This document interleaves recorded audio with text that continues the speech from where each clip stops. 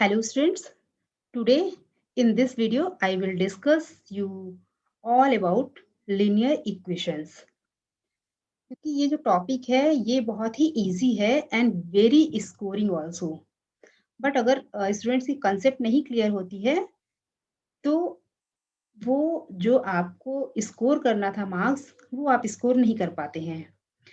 इसलिए इस वीडियो में मैंने लिनियर इक्वेशन में 9th और 10th दोनों का ही पूरा कोर्स कवर किया है. अगर अगर आप इस वीडियो को देखते हैं तो आपको होपफुली सारी कंसेप्ट लिनियर इक्वेशन से रिलेटेड क्लियर हो जाएंगी और एग्जाम में आप अगर इसका कोई भी क्वेश्चन आता है तो उसे आप बहुत ही आसानी से अटेम्प्ट कर सकते हैं और सॉल्व कर सकते हैं. तो सबसे पहले जैसा कि आप इस वीडियो में देख रहे हैं लिनियर इक्वेशंस. लिनियर इक्वेशन किससे मिलकर बनती है? लीनियर इक्वेशन मिलकर बनती है एक वेरिएबल एंड एक कांस्टेंट. इन दोनों को मिला के जो आपकी बनती है लीनियर इक्वेशंस. अगर हम देखें वेरिएबल्स या जिसे हम लोग चर कहते हैं वो क्या होते हैं? वो होते हैं आपके ये एक्स, वाई, जेड, ए, बी, सी या STUVW कुछ भी आप कर सकते हो. मतलब कि वेरिएबल्स का मतलब हुआ ऐसा नंबर्स जिसकी कि हमें कोई भी क्वांटिटी नहीं मालूम है और हर इक्वेशन में इसकी वैल्यू अलग-अलग आती है. और जो कांस्टेंट होते हैं या अचर राशियां क्या होती हैं? ऐसे नंबर काउंटिंग्स के नंबर जैसे 1, 2, 3, 4, 5, 6. ये कांस्टेंट या अचर क्यों है? क्योंकि अगर किसी इक्वेशन में 1 है तो 1 की वैल्यू क्या होगी? ऑलवेज हर जगह 1 ही होगी. 2 है, 2 की वैल्यू क्या होगी? 2 ही होगी. इसमें इक्वेशन के अकॉर्डिंग कोई चेंज नहीं होगा. हर इक्वेशन में 1 का मान 1, 2 का मान 2, 3 का मान 3 इस तरह से होगा. अब जो लीनियर इक्वेशंस होती हैं, लीनियर इक्वेशन जो 9th और 10th के कोर्स में है वो है linear equation of one variable and linear equation of two variables. One variable का मतलब होता है कि ऐसी linear equation जिसमें variable मतलब x, y या z टाइप का जो नंबर है वो क्या है? ओनली 1 हो. जैसे हमारी इस इक्वेशन में 2x + 5 है, इसमें वेरिएबल क्या है? x. x 1 ही है तो ये हो जाएगा 1 वेरिएबल लिनियर इक्वेशन. इसी तरह से अगर हम इसमें देखें 2 वेरिएबल लिनियर इक्वेशन में, इसमें क्या है वेरिएबल इक्वेशन में? एक वेरिएबल है x एंड दूसरा है y. तो इस इक्वेशन में 2 वेरिएबल हो गए. तो ये है 2 वेरिएबल लिनियर इक्वेशन और इक्वेशन हमने बनाई है x + y = 12. ये इक्वेशन लिनियर क्यों है? लिनियर का मतलब होता है कि जो आपके वेरिएबल्स हैं ये x या ये y, इनके ऊपर पावर क्या है? इन सब के ऊपर पावर है 1.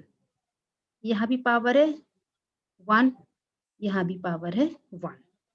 तो ये है linear equation of one variable.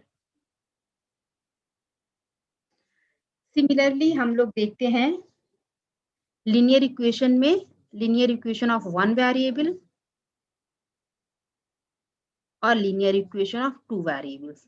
अगर लीनियर इक्वेशन के सॉल्यूशन में हम लोग जाते हैं तो देखते हैं क्या है. लीनियर इक्वेशन ऑफ जो वन वेरिएबल है जैसे 2x + 5, इसमें कितने सोल्यूशन होंगे? इसमें केवल सोल्यूशन होगा ओनली वन सोल्यूशन या इसको हम लोग कहते हैं यूनिक सोल्यूशन. तो लीनियर इक्वेशन ऑफ जो वन वेरिएबल होता है उसमें केवल ओनली वन सोल्यूशन मिलता है या हम लोग इसे कहते हैं यूनिक सोल्यूशन. सॉल्व करके दिखाया है. 2x + 5 = 0. तो 2x = दिस -5. तो x क्या आ गया है? x आया है -5/2. या हम लोग कहें कि इसमें x की क्या वैल्यू आई इस लीनियर इक्वेशन में? ये आई है -5/2. तो ये केवल एक सोल्यूशन हुआ. इसलिए हम लोग कहेंगे कि linear equation of one variable में केवल वन सोल्यूशन मिलता है. और लीनियर इक्वेशन ऑफ जो टू वेरिएबल्स हैं, अगर इस टू वेरिएबल में अगर हम इसके सॉल्यूशंस की बात करें तो इसमें आते हैं इनफाइनाइटली मेनी सॉल्यूशन. बहुत ढेर सारे सॉल्यूशंस आते हैं. तो जितनी आप अगर यहाँ पे और हमने ये दिखाया हुआ है x + y = 12 जो इक्वेशन है, तो इसमें एक हमने टेबल बना ली है। x के डिफरेंट नंबर मान लिए हैं इस टेबल में, ये जो टेबल है इसमें x के डिफरेंट नंबर मान लिए हैं, x = -1, 0, 1, 2, 3, 4। तो अगर हम x = -1 के लिए y की वैल्यू निकालें तो क्या आ जाएगी? यहाँ पे निकाल के दिखाया है x = -1। तो इस इक्वेशन में ये जो इक्वेशन है x + y = 12, इस इक्वेशन में अगर हमने x की जगह -1 रख दिया है तो y की वैल्यू निकाली, y की वैल्यू आ गई है 13। तो ये y की वैल्यू 13 आ गई है, तो x = -1 पे y की वैल्यू आ रही है 13। सिमिलरली अगर x = जो 0 हमने ये मान रखा है, दिस अगर यहाँ पे x = 0 रखते हैं, तो इक्वेशन में x = 0 अगर रखते हैं, 0 + y = 12 ये, तो y = 12, तो x = 0 के लिए y की वैल्यू आ गई 12। इसी तरह से अगर x = 1 ये जो लिया हमने थर्ड, अगर x = 1 रखते हैं, इक्वेशन में 1 + y = 12, तो y की वैल्यू आ गई है 11। इस तरह से 1 रखने पर x = 1 लेने पर इक्वेशन x + y = 12 में y की वैल्यू आती है 11। सिमिलरली हम करके देख सकते हैं कि x = अगर हम 2 लेंगे तो y की वैल्यू आ जाएगी 10, 3 लेंगे तो y की वैल्यू आ जाएगी 9, अगर x = 4 लेंगे तो y की वैल्यू आ जाएगी 8।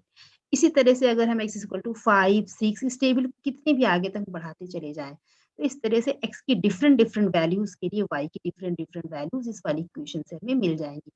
इसलिए इसमें कितने सॉल्यूशन हो जाएँगे? लीनियर इक्वेशन ऑफ 2 वेरिएबल में इनफाइनाइटली मेनी सॉल्यूशन। नेक्स्ट हम लोग देते हैं जो लीनियर इक्वेशन का स्टैंडर्ड फॉर्म क्या होता है। लीनियर इक्वेशन का स्टैंडर्ड फॉर्म होता है, वो होता है ax + by + c = 0, जहाँ पे a, b, c ये क्या है? Real numbers. नंबर्स वाले वीडियो में हमने सब कुछ बता दिया था, ऑल अबाउट नंबर्स। और एक चीज़ हमें याद रखनी क्या कि a और b, इस जो इक्वेशन में ये a है और ये जो b है, ये कभी भी 0 के बराबर नहीं होंगे, क्योंकि अगर हम इक्वेशन में a की जगह 0 रख देंगे तो पहली टर्म भी 0 हो जाएगी, अगर b की जगह पर 0 रख देंगे दूसरी टर्म भी 0 बच जाएगी, प्लस c = 0। तो क्या होगा? हमारी लीनियर इक्वेशन ही खत्म हो गई, ठीक है? इसलिए a और b की वैल्यू कभी भी 0 के बराबर नहीं होगी, अगर 0 के बराबर होगी तो इक्वेशन लीनियर इक्वेशन ही खत्म हो जाएगी। एक और चीज़ है, बहुत इम्पोर्टेंट चीज़ है, इसलिए मैंने नोट के रूप में ये चीज़ दे रखी है कि graph of a linear equation will always be a straight line. This is very important, straight line. तो जो लीनियर इक्वेशन है ax + by + c टाइप की जो लीनियर इक्वेशन, इसका जो ग्राफ होगा वो ऑलवेज स्ट्रेट लाइन, मतलब ये देखिए एक सीधी रेखा, ये एक स्ट्रेट लाइन होगी। फिर अब हमें 10th क्लास में जो क्वेश्चन करने होते हैं, क्वेश्चन इसी टाइप के होते हैं कि लीनियर इक्वेशन में दे रखी है और हमें बताने हैं कि उसमें सॉल्यूशंस किस टाइप से फाइंड होंगे और कितने होंगे।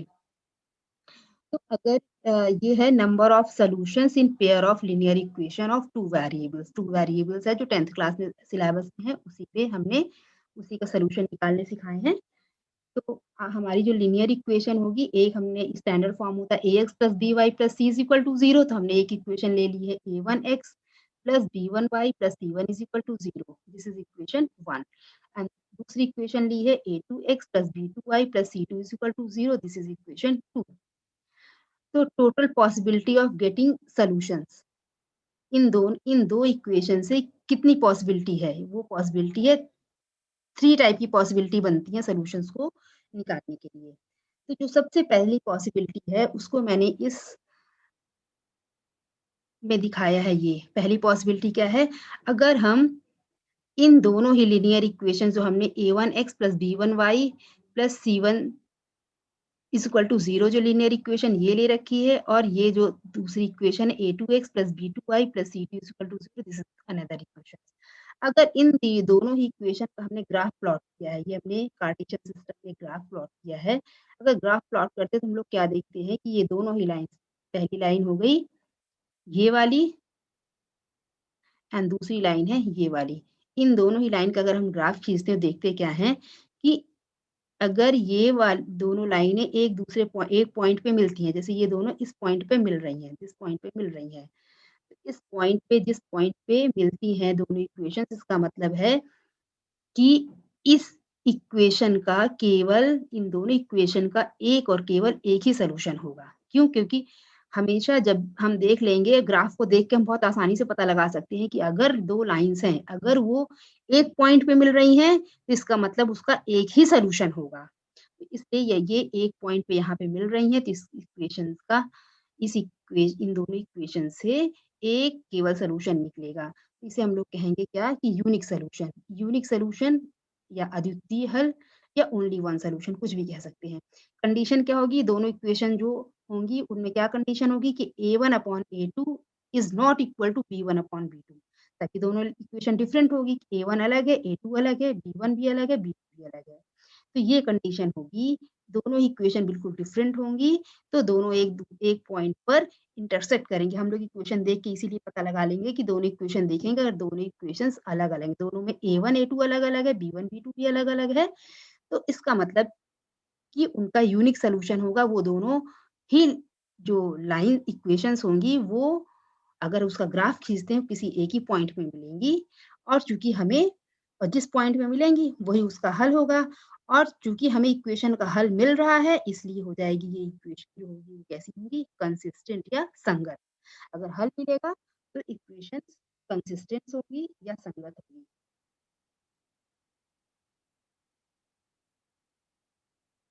अब ये सेकंड है, सेकंड में क्या है? अगर लाइन ऑफ इक्वेशन है और लाइन ऑफ इक्वेशन कैसी है? हमने जब उन दोनों ही जो लीनियर इक्वेशंस हैं, उन दोनों का अगर हमने ग्राफ प्लॉट किया है तो कैसा आ रहा है ग्राफ? आप ग्राफ में अगर देखिए तो एक लाइन ये वाली है और दूसरी लाइन है ये वाली। ये दोनों ही लाइनें कहीं भी नहीं मिल रही हैं। एक दूसरे के पैरेलल अगर आगे बढ़ाते जाएँ तो एक दूसरे के पैरेलल ये आगे-आगे बढ़ती चली जाएँगी बट कहीं मिलेंगी नहीं। तो अगर ये लाइन कहीं नहीं मिलती हैं, जब कहीं नहीं मिलेंगी इसका मतलब क्या हो जाएगा? नो सॉल्यूशन कोई हल नहीं। कहीं नहीं मिल रही हैं तो इसका मतलब नो सॉल्यूशन कोई हल नहीं। और जो सेकंड कंडीशन होगी, सेकंड कंडीशन में क्या होगा? अब हम बहुत आसानी से बता सकते हैं कि सेकंड कंडीशन क्या हो जाएगी? इसमें क्या हो जाएगा? अब ये वाली कंडीशन कब मिलेगी? दोनों लाइन एक-दूसरे के पैरेलल है, इसका मतलब क्या है कि दोनों लाइन ऑलमोस्ट सेम है। मतलब A1 अपॉन A2 ये इक्वल होगा B1 upon B2 is not equal to C1 upon C2। दोनों लाइन एक-दूसरे के पैरेलल है, बस ये जो दोनों के बीच ये जो डिस्टेंस है, ये डिस्टेंस किसकी वजह से है? दिस C1 और C2 की वजह से। बाकी इक्वेशन बिल्कुल सेम है, तभी दोनों का ग्राफ भी बिल्कुल सेम आ रहा है। अब चूँकि इक्वेशन का ग्राफ अगर हम देखते हैं, तो ये कहीं एक-दूसरे को मीट नहीं कर रही हैं। कोई सॉल्यूशन नहीं, जब सॉल्यूशन नहीं होगा तो ये क्या हो जाएगी? असंगत या इनकंसिस्टेंट।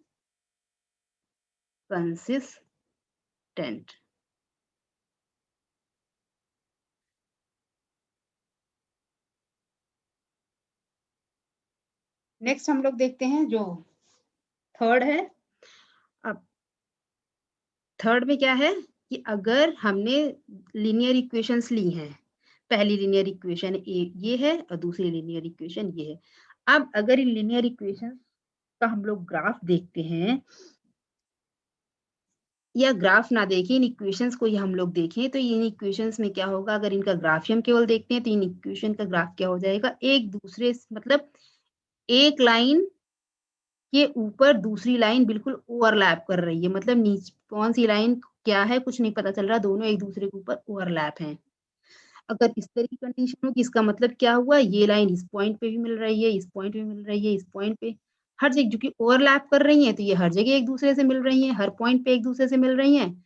इसका मतलब क्या हो जाएँगे? इसके इनफाइनाइटली मेनी सॉल्यूशन क्योंकि बहुत ही पॉइंट पे हर जगह मिलती चली जा रही हैं एक-दूसरे से, तो बहुत से सॉल्यूशन हो जाएँगे, तो इसलिए इनफाइनाइटली मेनी सॉल्यूशन या अपरिमित रूप से अनेक हल। अब क्या होगा और ऐसा कब होगा? जब इक्वेशन दोनों ही हूबहू सेम होंगी। सेम का मतलब A1/A2 is equal to B1/B2 is equal to C1/C2। दोनों इक्वेशन हूबहू सेम है, तो ये मतलब इसका मतलब ये भी सब सेम होंगे। अब इसमें क्या है, हल मिल रहे हैं तो संगत या कंसिस्टेंट। तो ये याद करना बहुत ही आसान है। कंसिस्टेंट और इनकंसिस्टेंट या संगत असंगत याद करना बहुत आसान है। अगर इक्वेशन में हल आपको मिल रहे हैं तो इक्वेशन जो होंगी वो संगत होंगी, अगर हल नहीं मिल रहा है तो असंगत होगी। अब एक बहुत ही इम्पोर्टेंट कहना चाहिए, method of solving linear equation. ये है आपका क्रॉस मल्टीप्लिकेशन मेथड, या इसे हम लोग कहते हैं वज्र गुणन खंड विधि। वज्र गुणन खंड विधि। तो क्या है ये वज्र गुणन खंड विधि? अगर हमने दोनों इक्वेशंस, हमें पहली इक्वेशन दे रखी है a1x plus b1y plus c1 is equal to 0, दूसरी दे रखी है a2x plus b2y plus c2 is equal to 0, ये दे रखी है दोनों इक्वेशन। इन दोनों इक्वेशन को हमें क्रॉस मल्टीप्लिकेशन या वज्र गुणनखंड विधि से सॉल्व करना है। तो सबसे पहला काम क्या करेंगे, मतलब मुझे ये बहुत ही आसान लगता है करना, वही मैं आपको इसमें बता रही हूँ, क्योंकि मैंने भी जब 10th क्लास किया था तब मैंने ये मेथड सीखा था और आज तक एज इट इज मुझे याद है, मुझे कभी भी दोबारा इसे देखने की जरूरत नहीं पड़ी है। तो मैं सबसे पहला काम क्या कर लेती हूँ, x लिखती हूँ, ये x लिखा is equal to minus y लिख लिया इज इक्वल टू z। सबसे पहले इतना काम कर लेती हूँ, x is equal to minus y is equal to z। इस तरह से x is equal to minus y is equal to z, ये रख लिया और इस तरह से नीचे लाइन खींच लेती हूँ। ठीक, अब उसके बाद क्या करती हूँ, या तो ऐसे ये वाला एरो यूज करती हूँ, ये वाला एरो का मतलब पहले ये वाला टर्म देन ये, इस तरह से करती हूँ। तो अगर हमने x लिया है, x के नीचे हमें क्या लिखना है, तो उसके लिए सबसे पहले काम क्या करते हैं, हमने x, ये वाला जो x वाला ये पोर्शन है इसको हाथ से छुपा लिया या इसमें गोला कर दिया, किसी हमें ध्यान नहीं देना है। और हमारा एरो किधर जा रहा है, इस तरह वाला एरो हम यूज कर रहे हैं, इसका मतलब b1 इंटू c2। ठीक, फिर C1 इज इंटू B2। तो पहले ये वाला एरो करना है, स्टार्ट हमेशा इस एरो से करेंगे और उसके बाद क्रॉस। तो B1 C2 minus C1 B2, तो ये मिल जाएगा नीचे वाला। फिर अब करना है y, जो माइनस y है उसके लिए हम क्या करेंगे, थोड़ा सा इसे मैं हटा देती हूँ तो आपको बहुत आसानी हो जाएगी देखने में।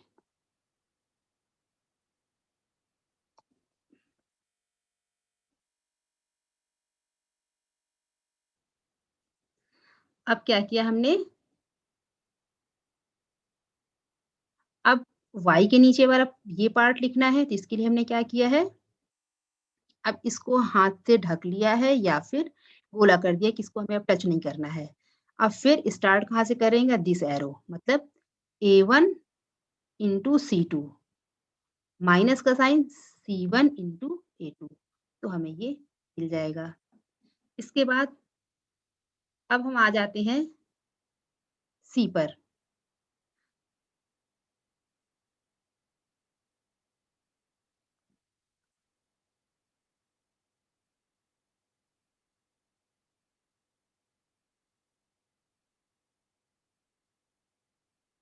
ये था B1। अब Z के नीचे वाला रखना है C, तो हम लोग आएंगे C पर और इस C को बिल्कुल भूल जाएंगे।